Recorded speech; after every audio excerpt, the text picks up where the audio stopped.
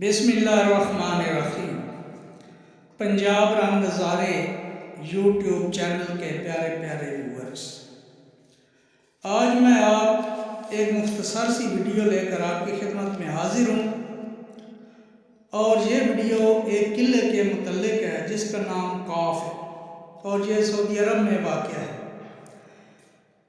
काफ के नाम से मशहूर ये किला जंगों के दौरान अलजोफ के इलाके में 1919 ईस्वी में सफ़ेद रंग के चूने के पत्थर से तामीर किया गया।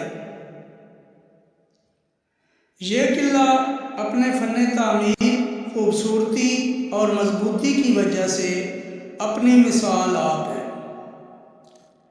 इस किले की तामीर तकरीबन 2 साल में मुकम्मल हुई थी। इस किले का अंदरूनी अहाता 2700 मुरब्बा मीटर है। इस अंदरूनी अहाता में एक महल जबकि उसके चारों कोनों पर बुर्ज बनाए गए हैं। किले में मौजूद महल टीले के वस्त में है जबकि इसके शुमाल मशरिक में काफ नामी गांव है। और किले के 2 मरकजी दरवाजे हैं। हिजाज में सऊदी मुमलकत के क़याम के बाद यह किला करियात के इंतज़ामी हेडक्वार्टर और गवर्नर हाउस भी रहा है।